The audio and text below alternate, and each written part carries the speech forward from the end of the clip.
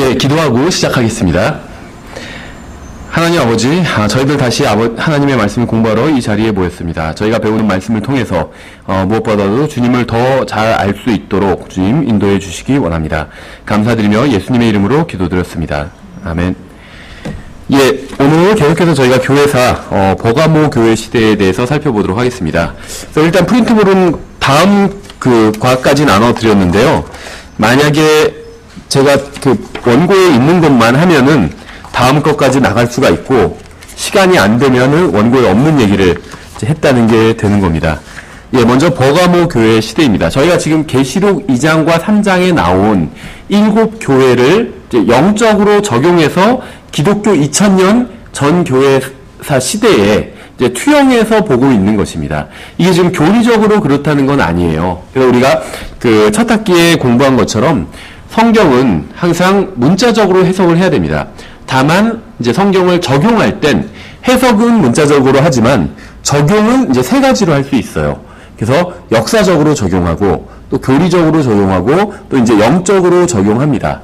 특히 영적 적용이 없으면 굉장히 성경이 좀 무미건조해질 수가 있습니다. 다시 말하면 이 영적 적용은 대부분 이제 우리들 자신을 위해서 하는 것이 바로 영적 적용이다, 이렇게 볼 수가 있어요. 그래서 예를 들면 시편 22편은 잘 아시는 것처럼 메시아 시편입니다. 그래서 나의 하나님 어찌하여 나를 버리셨나이까, 이제 이런 내용이 기록되어 있어요. 근데 이것이 역사적으로는 다윗에게 적용된다고 볼 수가 있죠. 다윗의 시편이고, 다윗이 자기가 고난받을 때 하나님께서 자기를 마치 버리신 것처럼 자기가 느껴졌기 때문에 그렇게 기록을 한 것입니다. 그래서 시편 22편이 역사적으로는 다윗에게 해당이 됩니다. 하지만 우리가 잘 아는 것처럼 복음서에서는 이제 성령님께서 이 복음서 기록자들을 통해서 시편 22편을 예수 그리스도께로 적용을 하셨습니다. 그래서 이것이 예언적, 교리적으로는 예수 그리스도께 적용된다, 이렇게 볼 수가 있겠죠. 그러니까 시편 22편 같은 경우에 역사적으로는 다윗에게 적용이 되고, 교리적, 예언적으로는 예수 그리스도께 적용이 됩니다. 그렇죠? 그리고 이제 영적으로는 고난받는 모든 하나님의 백성들에게 다 적용이 됩니다. 그러니까 우리가 시편 22편을 읽으면서 항상 이거는 예수님에 대한 예언의 말씀이야. 물론 이제 첫 번째는 그렇게 분별을 해야 되겠지만 거기서만 끝날 필요는 없어요. 그러니까 예수님에 대한 예언의 말씀이기 때문에 나에겐 적용할 수 없어, 이렇게 할 필요는 없다는 겁니다. 우리 자신에게도 충분히 적용할 수가 있어요. 그래서 위로를 받을 수 있겠죠. 이렇게 하나님과 지극히 가까웠던 사람들도 버림을 받았다고 느낄 때가 있었구나. 근데 우리도 그럴 때가 있잖아요. 정말 너무나도 힘들고, 정말 가정적으로, 경제적으로 하는 일도 다 안 되고 너무 힘들 땐, 정말 하나님께서 날 버리신 게 아닌가, 이렇게 느껴질 때가 있잖아요. 그럴 때 그런 시편 기록을 읽으면서, 22편을 읽으면서 공감도 되고 위로도 받을 수가 있겠죠. 그렇게 적용하는 건 전혀 문제가 없습니다. 그게 이제 영적 적용이에요. 근데 어디서 문제가 생기냐면, 영적 적용으로 끝나야 되는데 이제 영적 해석을 하는 문제입니다. 그러니까 시편 22편 같은 경우엔 문자적으로 예수 그리스도에 관한 예언의 말씀이에요. 그래서 문자적으로 해석하면 예수 그리스도에 해당된다, 이렇게 해석해야 되는데 그걸 영적으로 해석해서 나에게 해석하는 겁니다. 그래서 마치 시편 22편이 나를 위해서 기록된 말씀인 것처럼, 그러니까 나를 향해서 기록된 말씀인 것처럼, 모든 성경은 저를 위해서 기록되긴 했지만 저를 향해서 기록된 건 아니거든요. 그러니까 모든 성경 말씀이 저에게 하시는 말씀은, 교리적으로 저에게 하시는 말씀은 아니라는 거죠. 저를 위한 위로의 말씀이 될 수는 있지만, 대표적인 것이 구약 성경 같은 경우엔 저에게 직접적으로 하시는 말씀은 아니잖아요. 안식일을 지켜라, 안 지키면은 돌로 쳐 죽여라. 그것은 저에게 하시는 말씀은 아니라는 거죠.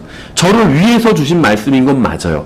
그런 것을 통해서 어떤 하나님의 성품을 알 수 있겠죠. 그래서 저를 위한 말씀인 건 맞지만 저를 향한 말씀은 아니라는 거죠. 그것은 과거에 수천 년 전에 유대인들을 향한 하나님의 말씀이었다는 겁니다. 그래서 이 계시록 2장과 3장에 나오는 이 7교회에 관한 말씀들도 교리적으로는, 역사적으로는 1세기에 있었던 교회에 하시는 말씀이고, 또 교리적으로는 또 교회에 어떤 적용할 수 있는 부분들이 있겠죠.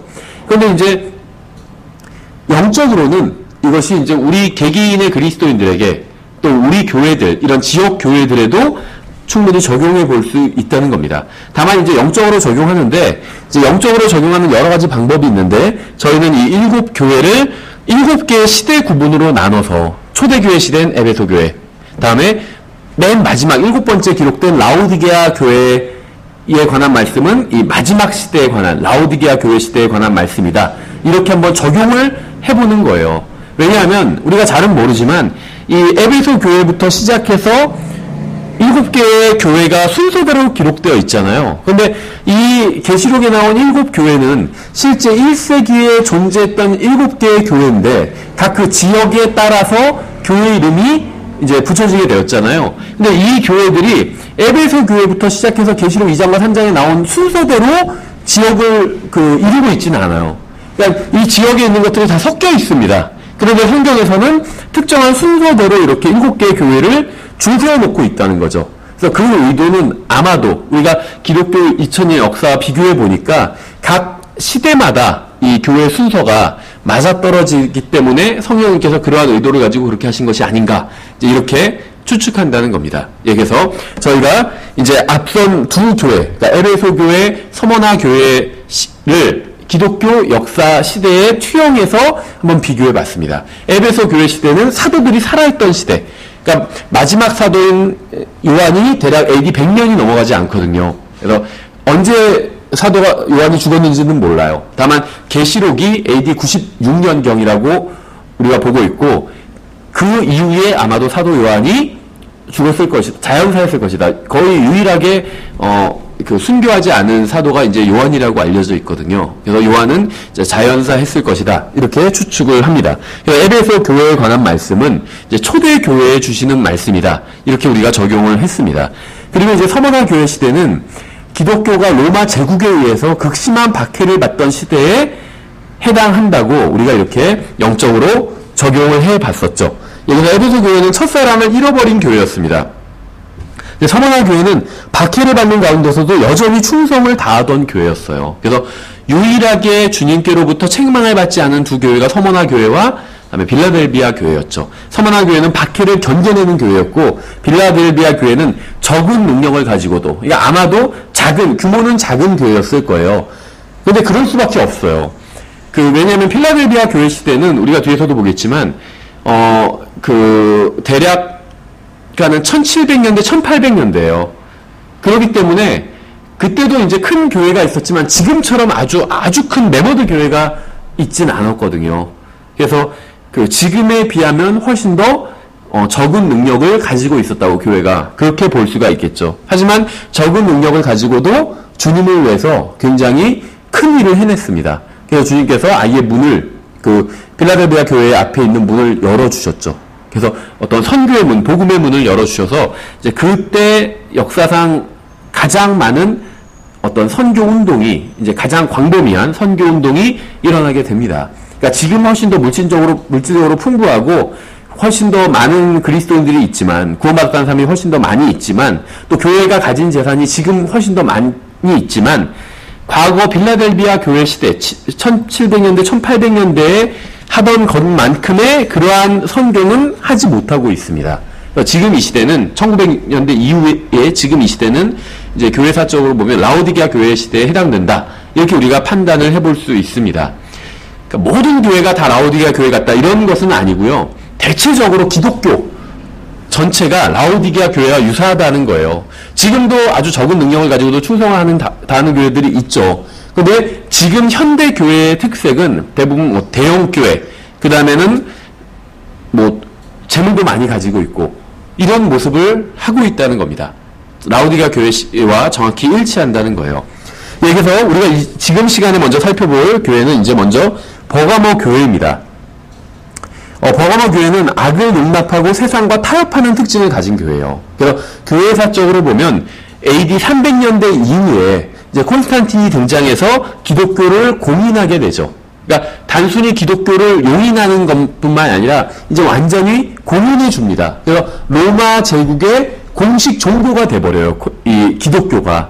그래서 이 버가모 교회 시대가 바로 이 시대와 특징이 비슷하다, 우리가 이렇게 판단해 볼 수가 있겠죠. 12절에 보면 2장 우리 주님은 양날 달린 날카로운 칼을 가진 이로 나타나고 계십니다. 양날 달린 날카로운 칼이란 것은 이제 하나님의 말씀을 의미하죠. 계시록에서는 또 성경에서는 양날 달린 날카로운 칼은 하나님의 말씀을 의미하는데, 모든 문제들이 판단받고 해결받는 기준이 바로 하나님의 말씀을 기록할 필요가 있어요. 그래서 어떤 서양의 법원 앞에 가보면 뭐 동상 같은 게 서 있는데 뭐라고 하죠? 정의의 여신상 이런 게 칼을 가지고 있죠. 눈은 가리고 그 다음에 한쪽에는 저울을 들고 있고 한쪽에는 칼을 들고 있어요. 그러니까 저울은 공정하게 판단해 보겠다는 것이고, 눈을 가린 것은 어떤 사사로이 판단하지 않겠다는 의미겠죠. 이제 칼도 마찬가지로 이제 공정하게 하나하나 정확히 나눠서 보겠다, 뭐 이런 의미가 있겠죠. 칼이 가지는 여러 가지 상징적인 의미는 뭐 그 외에도 많이 있지만, 그래서 모든 문제를 해결하는 기준은 하나님의 말씀입니다. 사람들의 의견, 견해 이런 것은 하나님의 말씀에 비하면 중요하지 않아요. 우리가 사람들의 의견이 중요하지 않다고 해서 뭐 사람들의 의견을 들을 것도 없다 이런 얘기를 하는 것은 아닙니다. 사람들의 의견도 중요하죠. 하지만 하나님의 말씀과 비교했을 땐 중요하지 않다는 겁니다. 만약에 사람들의 의견과 성경에 명백하게 기록된 하나님의 말씀이 서로 다르다면 항상 하나님의 말씀이 옳다는 거죠. 근데 안타깝게는 이 버가모 교회 시대에, 그러니까 콘스탄틴이 기독교를 공인하고 난 이후에 또 공인할 그때쯤에는 하나님의 말씀이 아닌 사람들의 의견이 훨씬 더 중요한 것으로 받아들여졌습니다. 그래서 교회가 세상과 완전히 타협해 버리게 됩니다. 이 버가모라는 말 뜻은 많은 결혼 이런 의미라고 합니다. 그러니까는 교회가 세상과 완전히 결합해 버린 그러한 시대를 상징적으로 보여준다고 볼 수가 있겠죠. 13절에서 주님은 내가 내 행위를 안다고 말씀하십니다. 주님은 지역교회를 감찰하시는 분이에요. 그래서 주님은 모임에서 일어나는 모든 일을 알고 계십니다. 디모데전서 5장 21절을 보면 주님은 우리의 모든 일을 평가하고 살펴보시는 분이라는 것을 알 수 있습니다. 또 고린도후서 8장 21절에서 사도 바울은 재정 문제에 대해서 말하면서 주님께서 살펴보고 계시기 때문에 주님 앞에서뿐만 아니라 사람 앞에서도 조심해야 된다. 재정 문제를 이렇게 증언을 하고 있죠. 이 퍼가모 교회의 성도들은 주님의 이름을 부인하진 않았습니다. 13절에 의하면 또 안디바를 공개적으로 처형함으로써 그들로 하여금 충성된 길을 가지 못하게 하려는 위협이 있었지만 이제 그들은 주님의 이름을 배반하지 않았습니다. 그래서 진리를 증언하고 또 부인하지 않았습니다. 그러니까 칭찬받을 만한 점도 있었다는 거죠. 이제 그럼에도 불구하고 이제 주님께서 책망을 하시게 되는데, 첫 번째는 이 교회에는 발라함의 교훈을 지키는 자들이 있었습니다. 그러니까 이 버가모 교회에는 이 대부분은 주님의 진리를 붙들고 있었지만 이제 일부가 악한 교리를 가지고 있는 것을 용납했던 거예요. 그러니까 뭐가 문제였냐면 교회 성도들 대부분은 건전했습니다. 바른 교리를 따랐지만 일부 사람들이 악한 교리를 가지고 있었는데 그것을 그냥 용납해 주었다는 거예요. 그러니까 우리가 어떤 사람의 부족함은 용납해 줘야 되죠. 부족하지 않은 사람은 없어요. 그래서 우리가 서로가 서로에 대해서 참아주고 용납해 줘야 되는데, 다만 잘못된 교리를 주장하는데 그것을 용납해 줄 수는 없다는 겁니다. 누군가가 잘 몰라서 성경을 모르는 건 차라리 어떤 의미에선 괜찮아요. 근데 성경에서 말씀하시는 것에 직접적으로 반대되는 아주 잘못된 교리를 주장한다면 그것을 교회에서 용납할 수는 없다는 거예요. 예를 들면 예수님께서 다시 오신다고 하셨는데 예수님께서 다시 오시지 않으실 거다. 그러니까 예수님께서 이 육체로 초림을 하셨던 것처럼, 육신을 입고 오셨던 것처럼 다시 동일한 육체를 가지고 재림하실 것이다. 성경은 분명히 그렇게 말씀하고 있는데 그렇게 오지 않으실 것이다. 이렇게 가르친다든지, 아니면 한 번 구원받은 사람은 구원을 잃어버리지 않는다고 성경은 분명히 말씀하고 있는데, 왜냐하면 태어났기 때문에 이걸 취소할 수 없는 거거든요. 다른 사람이 구원을 잃어버리지 않는 여러 가지 이유가 있지만 가장 큰 이유는 출생했기 때문이에요. 아무리 싫어도 자식이, 예를 들면 미워도 출생한 걸 되돌릴 수는 없잖아요. 모르겠어요. 그런 부모님도 계실지 모르겠지만 후회가 되는 부모도 있겠죠. 내가 왜 저 아이를 낳아서, 예를 들면 너무 말을 안 들을 때 일순간적으로 사람이니까 부모도 그런 생각이 들 수도 있을 거예요. 저는 잘 모르지만. 그런데 그렇다고 해서 낳았다는 사실을 되돌릴 수는 없다는 거죠. 그러니까 출생은 되돌릴 수 없습니다. 그거는 생명이기 때문에. 마찬가지로 한 번 구원받은 것도 새로운 생명이 출생한 거거든요. 단순히 예수님을 믿으면 그냥 단순히 새로운 다시 태어난 것으로 쳐준다는 것이 아니라 실제 진짜로 다시 태어난 거예요. 그래서 이것을 취소할 방법이 없다는 겁니다. 그래서 성경에 의하면 분명히 한 번 구원받은 사람이 다시 구원을 잃어버릴 수는 없어요. 뭐 간접적으로 성경에선 여러 번 강조하고 있죠. 예수님께서도 아무도 내 아버지 손에서 뺏어갈 수 없다고 분명히 말씀하셨거든요. 그런데 구원을 잃어버릴 수도 있다고 가르치는 사람들이 있습니다. 그렇죠. 그렇다면 그런 잘못된 교리를 그러니까 잘 모르는 건 괜찮아요.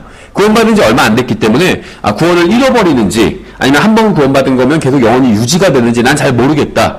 그거는 차라리 괜찮아요. 잘 모르는 것은 배우지 않았기 때문에. 그런데 잘못된 교리를 의도적으로 고수하면서 그것을 이제 전파하려고 한다면 교회 내에서 그러려고 한다면 그것은 징계를 해야 된다는 거죠. 교회에서 징계는 다른 게 없어요. 쫓아내는 거예요. 그 사람을. 그 사람한테 뭐 폭행을 하거나 뭐 이럴 수가 없잖아요. 감옥에 가두거나 이럴 수가 없잖아요. 교회에서 믿는 중요한 교리, 사람이 한번 구원받으면 구원 잃어버리지 않는다든지 예수님께서 다시 재림하실 것이라든지 이렇게 너무나도 명백하고 중요한 교리들을 반대하고 그걸 막 적극적으로 알리고 다니는 사람들이 있다면 그 사람은 징계를 해야 된다는 거죠. 근데 버가모 교회는 이제 대부분은 건전한 교리를 믿고 있었지만 잘못된 교리를 붙들고 있는 사람들이 있었는데 이제 그 사람들을 용납했다는 겁니다. 이게 바로 이제 버가모 교회의 잘못이었어요. 그래서 이 계시록 2장에 봐도 버가모 교회에 관한 그 기록을 보면 이제 버가모 교회에 발람의 교리를 지키는 자들이 있다. 주님께서 그렇게 말씀하셨습니다. 근데 이 발람의 교훈을 지키는 그 자들이 무엇이냐면 이제 발락은 이방 왕이었죠. 발람을 불러서 거짓 대언자였죠. 발람을 불러서 이스라엘 민족을 저주하려고 했습니다. 하지만 그는 하나님의 백성을 저주할 수 없음을 알고 다른 방법을 찾게 되었는데 그것은 이스라엘 민족으로 하여금 모압 민족과 결합하게 해서 우상 숭배를 하게 하고 부도덕한 일을 저지르게 했던 거죠. 우리는 여기서 성별이라고 하는 진리를 살펴볼 필요가 있습니다. 어떤 사람들은 성별에 대해서 생각할 때 여러 가지 규례들을 지키는 것이라고 생각을 합니다. 하지만 성별은 하나님의 성품과 관련이 있어요. 성별은 개인적인 성별이 있고 또 모임적인 성별이 있습니다. 그러니까 개인적인 성별이 없다면 모임적인 성별도 불가능하겠죠. 마귀는 우리의 마음을 흐트러뜨리고자 여러 가지 방법을 동원하고 있습니다. 그러니까 우리가 보는 것과 읽는 것과 모든 것들은 우리 마음에 어떠한 영향을 주고 인상을 남겨요. 그래서 우리가 세상의 음악을 즐겨 듣는다면 나도 모르게 그 음악이 담고 있는 가치관에 빠져들게 된다는 거죠. 그러니까 무슨 가요 하나 들었다고 해서 그게 죄다. 지금 단순하게 그런 얘기를 하는 차원이 아니에요. 드라마 한 편 봤다고 그래서 영화 한 편 봤다고 그래서 그게 죄다. 이런 얘기는 아니라는 거예요. 왜 이렇게 말씀드리냐면 이제 우리나라 기독교와 미국 기독교가 좀 사뭇 다른데 이제 미국 소위 말하는 근본주의는 우리나라 무슨 보수주의에 비교가 되지 않아요. 어느 정도로 심하냐면 미국 근본주의가 저는 지금 옳다고 얘기하는 게 아니라 그냥 일어나는 현상을 그대로 말씀드리는 건데 남자는 반드시 양복을 입고 와야 돼요. 교회에. 우리나라도 그런 교회들 있다고 하더라고요. 킹제임스 성경 진영에서 양복 입고 오지 않으면 교회 나오지 말라고 한대요. 킹제임스 성경 진영의 교회인데. 그리고 뭐 여자들은 긴 치마 입고 와야 되고 그 다음에는 그 영화를 보면 안 돼요. 영화관에 가면 안 돼요. 절대로. 그게 발각되면 뭐 난리가 납니다. 신학생 같은 경우에는 막 그 저학당하기도 하고. 그 다음에 차에 타는데 그 부부가 아닌 남녀가 한 차에 같이 타면 안 돼요. 부부가 아닌 남녀가 한 장소에 있는데 지붕이 있는 곳에 한 장소에 같이 있으면 안 돼요. 이런 규칙들이 있어요. 그러니까 왜 그런 규칙을 만들었는지 이해는 가요. 어떤 그 불미스러운 일을 사전에 예방하고자 그런 규칙을 뭐 만들었겠죠. 근데 성경에 없는 규칙을 만들어서 이제 그것을 어떤 기준으로 삼아놨다는 거죠. 그래서 그렇게 하면 그 사람은 성별된 사람, 그렇게 하지 않으면 성별되지 않은 사람, 이렇게 판단하는 어떤 도구로 사용한다는 겁니다.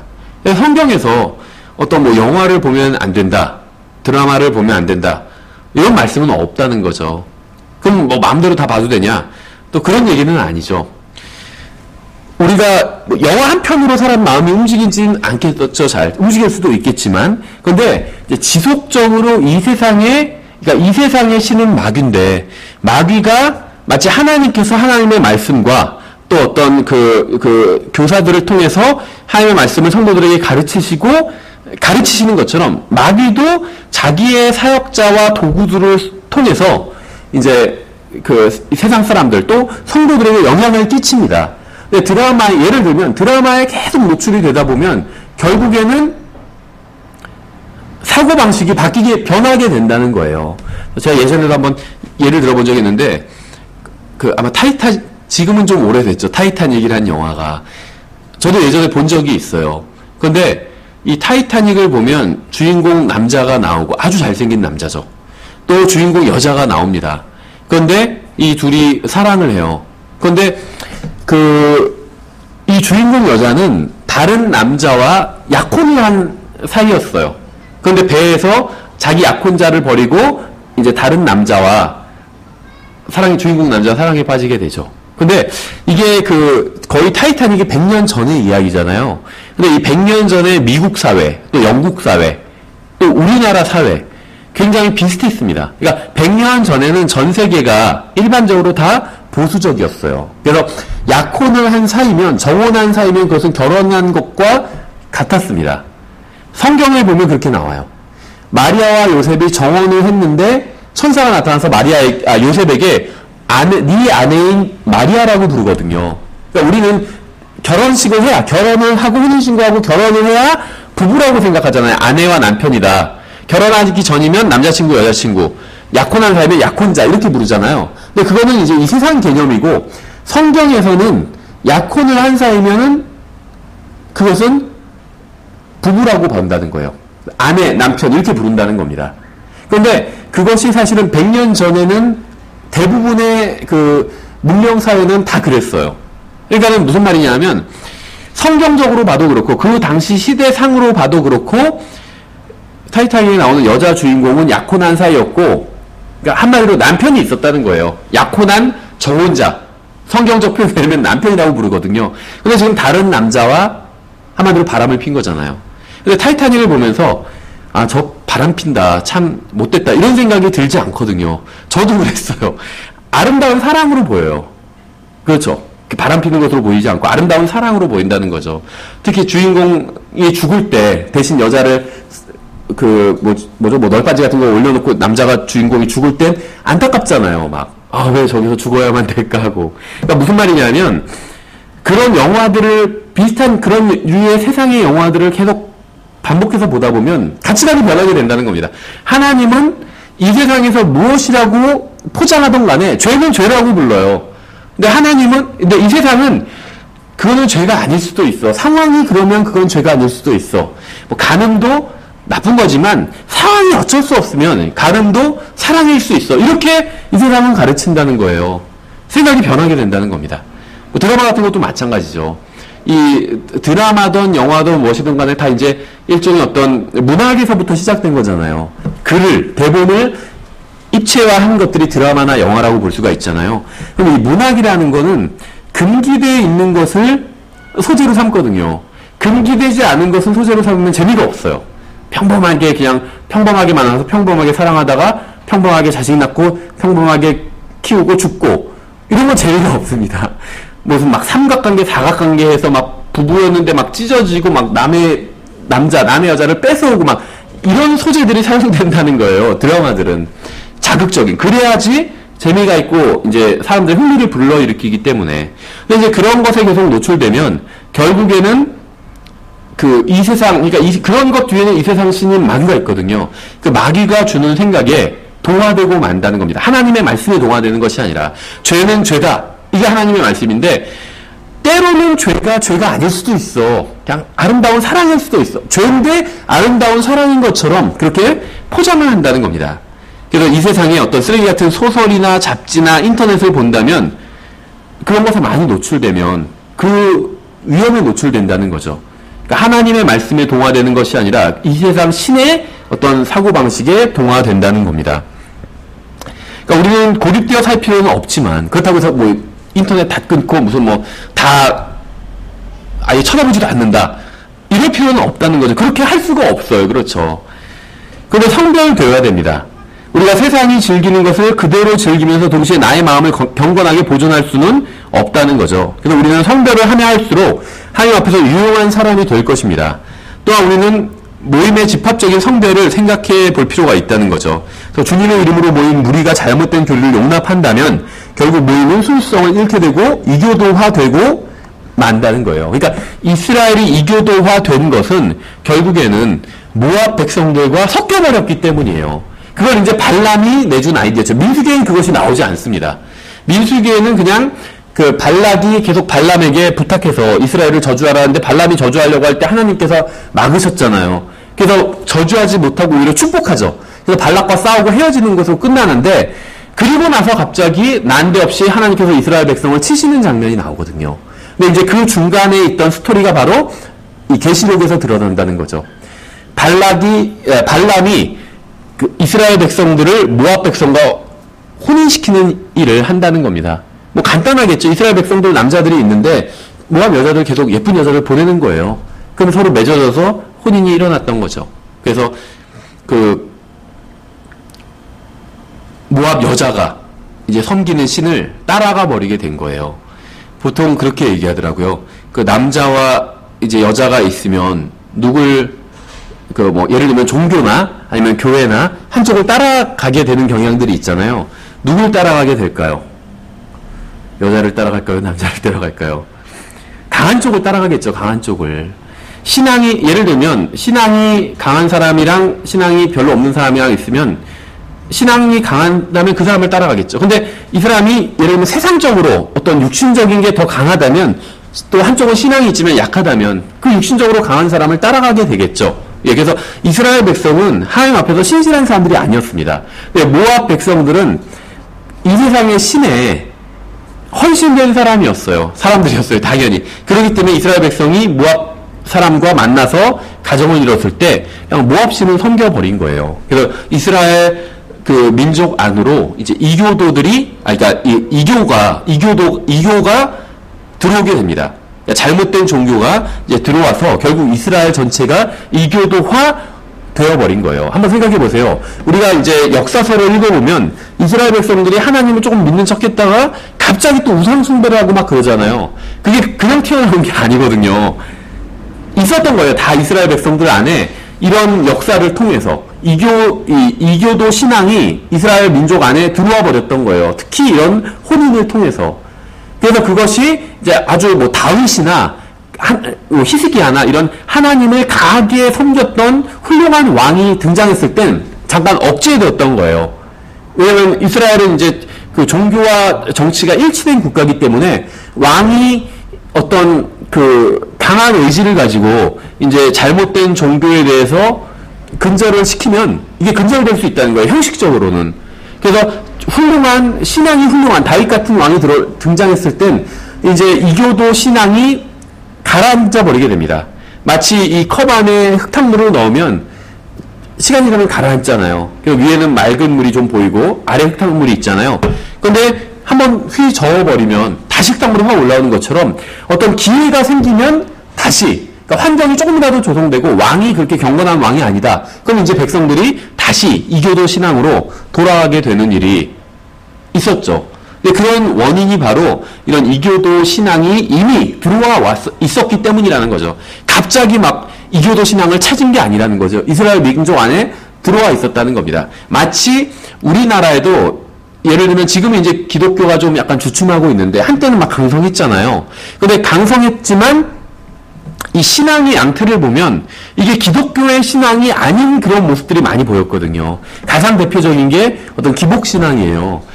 목사한테 와서 무슨 예언기도 해달라고 그러고, 그렇죠. 막 그런 과거에 무당한테 부탁하던 것들을, 그러니까 예언기도 해달라는 게 이 대학을 어디에 붙을 건지, 어느 대학에 넣어야 붙을 건지, 뭐 예를 들면 이런 것들, 이런 걸 부탁한다는 거죠. 그게 목사와 무슨 관련이 있어요? 전혀 관련이 없거든요.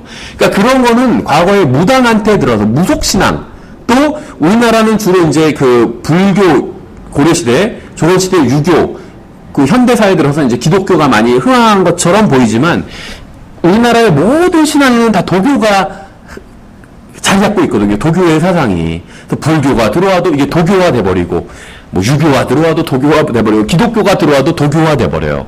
그래서 어떤 아주 기복신앙적인 것들이 굉장히 무슨 종교가 들어와도 그 기복신앙적인 것이 이제 강한 모습을 보입니다. 그래서 마치 말씀드린 것처럼 목사에게 예언해달라고 그러고, 막 복채 주는 것처럼 돈 주면서, 이제 헌금이라고 그러죠. 아니면 목사님 뭐라고 하면서 돈을 주면서 예언해달라는 거예요.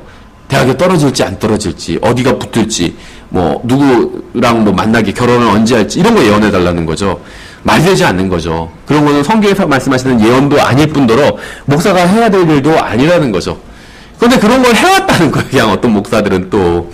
그러니까는 어떤 이교도 신앙이 기독교 안에도 침투해서 어떤 기회만 조성되면 그런 것들이 막 드러나게 된다는 겁니다. 그렇죠. 그래서 뭐 약간 정치적인 얘기지만 최근에 어떤 정치적으로 큰 물의를 일으켰던 어떤 사람이 표면적으로는 교회에 다니는데 교회도 헌금 많이 했대요. 그래서 뭐 자기 딸 뭐 잘 되게 해주세요 막 이러면서 헌금도 많이 하고 했는데 무슨 심각한 일만 생기면 바로 무당을 찾아갔대요. 예, 복채 들고.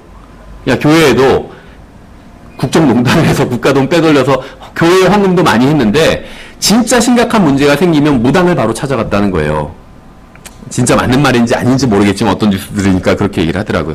이런 것들이 근데 뭐 그 사람만의 일이 아니라고 생각해요. 저는 이것이 다 이제 교회 안에도 이교도 신앙이 들어왔기 때문입니다. 예, 근데 어쨌든지 간에 이스라엘 안에도 이교도 신앙이 들어왔죠. 이 발람 같은 사람을 통해서. 예, 근데 마치 이스라엘 안에 발람의 이런 이교도 신앙, 모압 민족의 신앙이 들어온 것처럼 지금 이 교회 안에도, 버가모 교회 안에도 그런 잘못된 이교도 교리를 용납하는 사람들이 있었다는 겁니다. 그래서 발람의 교리를 지키는 자리에 있었는데 발람의 교리는 뭐냐? 혼합주의예요. 이교도와 교회를 섞는 것입니다. 혼합주의예요. 그래서 이교도, 이 세상에서 행하는 것들을 교회도 그대로 들여오는 거예요. 뭐 그런 예들은 굉장히 많이 있습니다. 어떤 제가 방금 말씀드린 것처럼 예언기도 해달라는 등 뭐 이런 것도 그런 데에 해당될 수가 있고 또 뭐 전도하는데 아이들을 모아서 뭐 전도를 해요. 그거는 좋죠. 그런데 아이들을 모을 방법이 없으니까 뭐 마술쇼 같은 걸 해요. 마술쇼 같은 걸 하면은 애들이 모여요. 그러니까 일종의 공연을 하는 거, 쇼를 하는 거. 그래서 모이면 그런 거 좀 보여주고 그 다음에는 복음도 좀 전하고. 근데 그건요 기독교와 이교도를 혼합한 겁니다. 사도행전을 보면 마술, 마법 행하는 사람들을 하나님께서 얼마나 싫어하시고 금지하시는지가 성경엔 나와요. 그 회개한 사람들은 그런 마법에 쓰던 책들을 다 막 불태워버리고 그랬잖아요. 근데 그걸 교회 안으로 다시 끌어들인다는 거죠. 예, 그래서 이 버가모 교회에 있었던 주님께서 책망하셨던 이제 첫 번째 잘못은 바로 발람의 교리, 혼합주의를 이제 하는 사람들이 있었다는 것이고 두 번째는 니골라당의 교리를 지키는 자들이 또 있었다. 주님께서 이렇게 평가하고 계시죠. 그래서 지역교회 안에는 모임의 인도자가 당연히 있어야 됩니다. 장로는 영적으로 성숙했다는 것을 의미를 하죠. 감독이라는 거는 이제 행하는 일을 얘기하는 겁니다. 인도자는 양들을 먹이는 자들로서 하나님의 말씀으로 먹이는 거죠. 양들 앞서 가면서 갈 길을 또 인도하는 사람이 인도자입니다. 근데 마귀는 발람의 교리를 통해서 세상과 연합하도록 유혹했고 또 니골라당의 교리를 통해서 성도들 안에서 다른 계층을 만들어낸 거예요. 다 같이 형제요 자매인데 마치 어떤 계급이 있는 것처럼 그래서 성직자는 더 높고 평신도도 더 낮고 그래서 니콜라이탄이라는 말이 니골라당이라는 말이 그 평신도를 지배한다는 의미가 있습니다. 그래서 성직 계급을 의미합니다. 그래서 교회사적으로 봐도 바로 이 버가모 교회 시대, 그러니까 이 시대의 성직 계급이 이제 교회 안으로 들어올 수밖에 없어요. 이 성직 계급 자체는 이교도 그 신앙에 있었던 겁니다. 원래 있었어요. 바알 신앙에 있었습니다. 우리가 다음과 이제 두아디아 교회 시대 볼 때 살펴볼 텐데 이제 여기서 이제 바알 신앙의 내력에 대해서 성경적으로 저희가 좀 추적을 해보거든요. 근데 이 바알 신앙의 이 제사장, 평신도, 성직자 평신도 이 체계가 바알 신앙 안에 원래 있었다는 겁니다. 근데 이것이 이제 이 버가모 교회 시대 교회 안으로도 들어오게 되었다는 거예요. 그래서 이제 로마 카톨릭의 어떤 그 초기 로마 카톨릭의 이제 모습이 갖추어지게 된다는 겁니다. 로마 카톨릭은 이 버가모 교회 시대 이전에 300년 이전에는 존재하지 않았습니다. 근데 이 300년부터 슬슬 로마 카톨릭 같은 교회의 모습이 갖춰지기 시작했다는 거예요. 일부 교회들 중에서. 그러다가 이제 아예 AD 500년 넘어가면선 이제 진짜 로마 카톨릭 교회가 이제 등장을 하게 되는 것이겠죠. 예, 그래서 14절에서 우상의 제물을 먹는 자들이 있었습니다. 그런데 17절 말씀에서 주님은 이기는 자에게 만나를 주어서 먹게 하시겠다고 말씀하고 계십니다. 그러니까 세상의 우상과 관련된 것을 거부한 사람들은 세상이 알지 못하는 것으로 체험을 받게 됩니다. 감추어진 만나를 주어 먹게 하겠다. 주님께서 그렇게 말씀을 하셨죠. 그래서 우리가 세상을 덜 알고 주님을 더 알아갈수록 우리는 더욱더 주님 안에서 주님의 것을 풍성히 누릴 수 있게 된다는 거예요. 그러니까 세상의 것들을 먹는 사람들, 뭐 음식을 말하는 게 아니에요. 어떤 이 세상이 주는 즐거움, 아니면 이 세상이 주는 어떤 가치관, 이런 것을 추구하고 먹는 사람들은 주님의 것을 맛보지 못하겠죠. 주님께서는 이 세상이 주는 걸 거부하는 사람들에게 주님께서 감춰진 만나를 주시겠다. 이렇게 약속을 하셨습니다. 이 버가모 교회 시대를 좀 요약해서 살펴보면 초기 기독교는 숱한 박해를 받았습니다. 주로 에베소 교회 시대도 그랬지만 AD 100년까지도 그랬지만 이제 AD 100년부터 300년까지 이 시대에 엄청난 박해를 받게 되죠. 우리 주 예수 그리스도께서 십자가에 달려 돌아가신 것처럼 우리 앞에 있던 믿음의 선배들도 자신들의 피로써 믿음을 확증했습니다. 그러나 참된 교회는 이러한 박해도 불구하고 점점 더 강성해졌습니다. 마귀는 박해로는 교회를 없앨 수 없다는 사실을 깨닫게 되었죠. 그래서 마귀는 타협안을 내놓기 시작했습니다. 여기서 무너지게 돼요. 그러니까 교회들이 오히려 박해를 받으면 무너지지 않습니다. 더 견고해지고 더 믿음이 강해지고 수가 더 늘어나요. 마치 출애굽기 앞부분에서 이스라엘 백성들이 핍박을 받으면 더 수가 막 늘어났다고 하는 것처럼 교회도 그랬습니다. 믿음도 더 견고해지고, 그러니까 공산국가에서도 지금도 북한과 중국에서 계속 그리스도인 수는 늘어나고 있어요. 그 신앙은 훨씬 더 견고해지고 있습니다. 우리는 신앙이 별로 없는 사람들도 있잖아요. 교회 내에. 북한은 그런 사람이 없어요. 북한에 있는 그 가짜교회, 뭐, 봉수교회인가, 뭐 그런 가짜교회 말고 진짜 교회, 지하교회는 신앙이 없는 사람이 없습니다. 왜냐면, 교회로 모인 것이 발각되면 사형을 당하든지 최소한 정치범 수용소에 들어가서 뭐 정말 몰골이, 인간의 몰골이 아닌 몰골로 변하게 된다고 하더라고요. 하도 굶고 매맞고 그래서. 그래서 그런 박해를 당하게 돼요. 그러니까 몇 킬로를 막 몇 시간 동안 산속에 들어가서 모여서 예배를 드린다고 하더라고요. 그래서 모여서 그래서 산송이랑 성경 숨겨놨던 거 찾아서 예배를 드리고 다시 숨겨놓고 그러고 헤어진대요. 근데 모여서 예배를 드릴 때도 찬송을 부르잖아요. 그러면 찬송을 우리가 그냥 조그맣게 서로 얘기하는 것처럼, 예를 들면 아주 조용한 데서 뭐 공공장소에서 서로 얘기할 때 조그맣게 얘기하잖아요. 그러니까 우리 뒤에 가서 얘기해. 이런 식으로 작게 얘기하잖아요. 그것처럼 그렇게 찬송을 부른대요. 그렇게 작게. 크게 할 수가 없어서. 근데 우리나라 기독교는 사람들은 북한보다 훨씬 더 많을지 몰라도 신앙이 완전히 타협해버린 신앙이에요. 그러니까 어떤 의미에서는 교회들이 주님 앞에서 제대로 선 교회가 거의 없습니다. 그래서 어떻게 보면 이 독립침례교회 운동이 일어난 거죠. 우리가 한번 다른 것에 어떤 인간의 관습과 어떤 인간의 어떤 그런 것에 구애받지 않고, 인간의 규칙에 구애받지 않고, 그러니까 인간의 전통에 구애받지 않고 하나님의 말씀대로 한번 해보자 하고 모인 게 이런 독립침례교회거든요. 저 뭐 독립침례교회라고 다 옳다는 얘기를 하는 것은 아닙니다. 다만 이제 한번 옳은 교회를, 바른 교회를 한번 해보자라는 마음으로 믿음을 가지고 이제 모였다는 거죠. 어쨌든지 간에 이제 마귀는 박해를 해서는 교회를 없앨 수 없다는 사실을 깨닫고 교회가 타협하게 만든다는 거예요. 오히려 더 편하게 만들어준다는 거예요.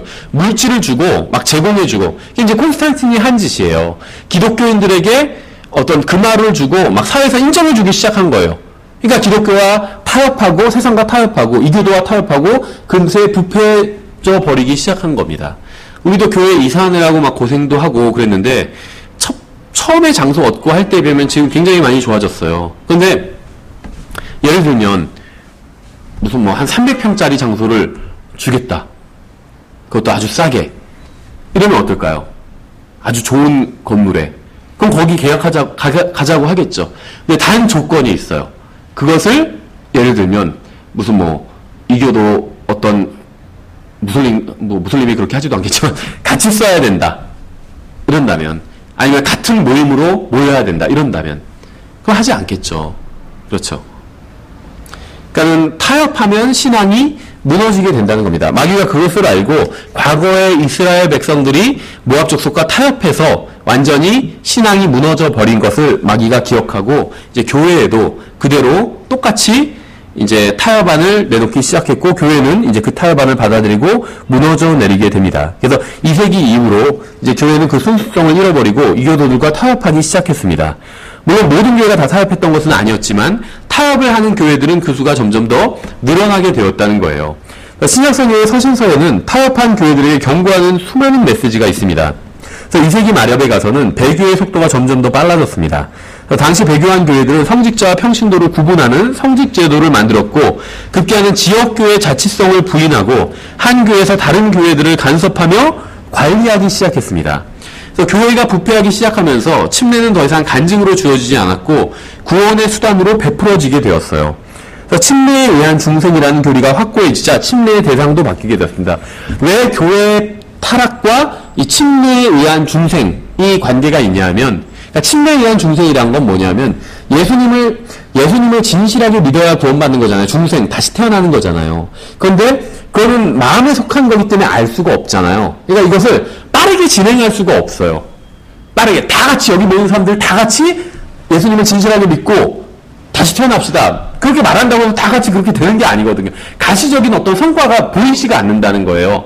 그러니까 사람의 어떤 마음을 움직이는 일은 시간이 걸린다는 겁니다. 그렇죠. 기계가 아니기 때문에 이렇게 착착착착 조건 맞추면은 그냥 갑자기 확 한 방향으로 사람들이 다 돌고 그렇게 되지 않는다는 거예요. 시간이 필요하다는 거죠. 사람의 마음을 되돌리는 일은, 움직이는 일은. 그러다 보니까 이게 빠른 성과를 내기 위해서 이제 침례가 구원의 수단으로 만들어진 거예요. 그래서 침례는 눈에 보이잖아요. 너 침례 받았어 안 받았어 하면 얘기할 수가 있잖아요. 아, 난 너는 며칠에 침례 받았어. 나 아직 안 받았어. 얘기할 수가 있죠. 그래서 침례가 어떤 교회는 구원받은 사람들로서 멤버를 이뤄야 되는데 진짜 구원받았는지 아닌지 모르잖아요. 확인하기도 힘들고. 그러니까 침례가 구원의 수단으로 바뀌어버린 거예요. 그래서 침례 받았으면 그럼 넌 구원받은 거야. 이렇게 돼버린 것입니다. 그 나중에는 물에 다 담궜다 뺄라니까 이것도 귀찮아요. 그래서 이제 더 간소화해서 세례를 하기 시작한 것이죠. 물 뿌려버리고 이제 너는 교회 멤버야. 그 말은요, 구원받았다는 의미예요. 참된 교회의 멤버는 다 구원을 받았습니다. 이 지역교회 멤버는 구원받지 않은 사람도 있을지 모르지만 참된 교회, 예수님의 몸에 속한 교회, 그 교회에 예수님의 몸에 속하게 되면 다 구원을 받은 사람이라는 것이죠. 여기서 침례는 구원받은 사람이 간증의 의미로 행하던 것인데 이제 간증이 아니라 어떤 구원의 수단으로 베풀어지게 되었다는 겁니다. 그래서 침례에 의한 중생이라는 교리가 확고해지면서 침례의 대상도 바뀌게 됩니다. 즉 원래는 믿는 성인 남녀가 침례를 받게 되었었는데 이제는 유아들이 침례를 받게 된 거예요. 그래서 침례가 구원의 수단이 되다 보니까 어린 나이에 침례를 받으면 구원을 일찍 받을 수 있으니까. 그래서 아이가 그러다 보니까 태어나서 뭐 며칠 만에 유아 세례를 줘버리고 이런 일이 일어나게 되었다는 거죠. 우리가 기억해야 될 것은 배교는 순간에 이루어지지 않았다는 점입니다. 배교는 오랜 시간에 걸쳐서 서서히 이루어졌어. 이거는 교회도 그렇고 개인도 그래요. 우리 개인의 신앙도 주님 앞에서 점검해 본다면 한순간에 막 무너져 내린 건 아니라는 거죠. 벌써부터 그게 다 낌새가 있었다는 거예요. 성경도 게을리 읽고 예를 들면 기도도 게을리 하고 교회도 빠지기 시작하고 뭔가가 막 맞물려서 돌아가면서 나중에 쌓여서 하나님을 떠나게 되는 거지 한순간에 떠나지는 않는다는 거죠. 그래서 당시 참된 믿음을 간직하고 있던 순수한 교회들은 배교한 교회들과의 교제를 이제 단절하기 시작했습니다. 초기 기독교에서의 잘못된 교리 세 가지는 이렇게 정리할 수가 있어요. 첫 번째는 지역교회가 자치적으로 운영되는 것이 아니라 다른 큰 교회에 의해서 이제 간섭을 받기 시작했고, 두 번째는 믿음으로만 구원받는 것이 아니라 침례가 구원의 수단이 되었고, 그러니까 행위 구원이 생긴 거죠. 안 믿어도 그냥 물 한 번 들어갔다 나오면은 구원받는 걸로 쳐주니까. 또 침례에 의한 중생과 아울러 유아 세례가 등장하게 되었습니다. 침례와 유아 세례 때문에 중세의 수천만 명이 목숨을 잃고 잔혹한 핍박을 받게 되었죠. 그런데 이제 이교도들과 종교인들의 혹독한 박해에도 불구하고 참된 교회는 하나님의 말씀으로 말미암아 계속해서 세워지게 되었습니다. 물론 배교한 교회들도 무서운 속도로 늘어나게 되었습니다. 그 결과 참된 교회와 이제 가짜 교회 사이에 골이 더욱 깊어지게 되었습니다. 결국 참된 교회와 가짜 교회 사이의 갈등에 정부가 개입하게 되었고, 이제 로마 제국이죠. 당시 이 정부는 이 로마 제국 정부는 두 진영의 이러한 갈등에 개입해서 가짜 교회의 손을 들어주게 됩니다. 그래서 정부가 보기에는 이교도와 혼합된 가짜 교회를 통해서 제국을 더 효율적으로 지배할 수 있기 때문에. 그래서 303년에 교회를 박해하는 공식적인 법률이 제정되었다가 8년 후인 311년에 다시 무효화되어서 이제 복음을 전할 수 있는 법률이 제정되었습니다. 결국 313년에 콘스탄틴에 의해서 기독교가 로마의 국교로 지정되었습니다. 다시 말하면 기독교를 믿지 않는, 여기서 말하는 기독교는 이교도와 혼합된 기독교예요. 이 변질된 이 기독교를 믿지 않으면 형사소추의 대상이 된다는 거예요. 감옥에 가게 된다. 경찰이 잡아온다는 거예요. 근데 이제 그래서 이 로마의 기독교가 표면적으로 로마의 국교로 지정된 것처럼 보이지만 이러한 일은 모두 다 기독교와 이교도를 섞으려는 마귀의 연막 작전에 불과했죠. 콘스탄틴이 이미 제국의 기독교인들을 300년간 박해해 왔어요. 근데 박해하면 박해할수록 기독교인들은 늘어나잖아요. 그래서 제국에서 기독교인들이 많이 늘어났어요. 근데 제국은 원래 이교도, 로마 다신교 다신교 체제였습니다. 근데 이것을 통치자 입장에서는 백성이 둘로 나뉘면 이건 좋지 않거든요. 화합을 해야 돼요. 그러다 보니까 아예 종교 통합을 했던 것입니다. 그래서 껍데기는 기독교의 껍데기를 가지고 알맹이는 이교도의 알맹이를 가진 거예요. 당시 이교도는 태양신을 이제 대부분 이교도들이 다 태양신 숭배합니다. 그 다음에 어머니와 아들 숭배, 어머니와 아들을 숭배하는 그런 사상이 있어요. 많은 이교도들이. 그래서 이걸 기독교로 그대로 가져온 거예요. 그래서 어저께까지 다이아나 상이었는데 오늘부터 그냥 성모 마리아 상으로 부르자는 거예요. 어저께까지 제우스 신전이었는데 오늘부터 성 베드로 성당이 되는 거예요. 이렇게 껍데기는 기독교 껍데기, 용어도 기독교 용어 그대로 써요. 근데 알맹이는 보니까 다 이건 이교도의 이교도의 것이죠. 그래서 콘스탄틴이 이런 간교한 계략을 써서 이제 기독교와 이교도를 섞어버리게 됩니다. 그래서 313년에 기독교가 공인되기 위해서 교회 회의가 소집되었는데 이때 본격적인 교권 제도가 생기게 되었습니다. 이 교권 제도로 말미암아 그러니까 이제 성직자 계급 같은 게 생기게 되었다는 거예요. 지상교회 수장이 생기게 되었고 결국 교단 제도가 탄생하게 되었습니다. 이러한 일련의 교회의 배교로 말미암아 급기야는 로마 카톨릭이 탄생하게 된 것입니다. 그래서 교회의 배교가 한창 진행되고 있을 때에도 신약 성경에 충실하면서 교회의 순수성을 유지하고 있던 참 교회들은 계속해서 존재했습니다. 이러한 그리스도인들은 교황의 권위를 무시했습니다. 배교한 교회는 그 안에서 교권 다툼을 벌였고, 그러니까 여기서 초기에 원시적인 카톨릭이 등장하게 되는데, 이제 로마 교회를 중심으로, 로마 감독을 중심으로 원시적인 카톨릭이 등장하게 되는데, 이때까지만 해도 교황의 힘이 강하지 않았어요. 이 교황보다는 황제나 왕의 힘이 훨씬 더 강했습니다. 이 교황의 힘은요, 나중에 AD 1000년 넘어가야 강해져요. 그러면서 이제 황제, 왕 위에 다 군림하게 됩니다, 교황이. 근데 이제 초기에 이 시대에는 아직 교황의 힘이 AD 300년, 400년 이때는 교황의 힘이 강하지는 않았습니다. 하지만 이제 그런 로마 카톨릭 제도 같은 것들이 이제 생기기 시작했다는 거예요, 이때부터.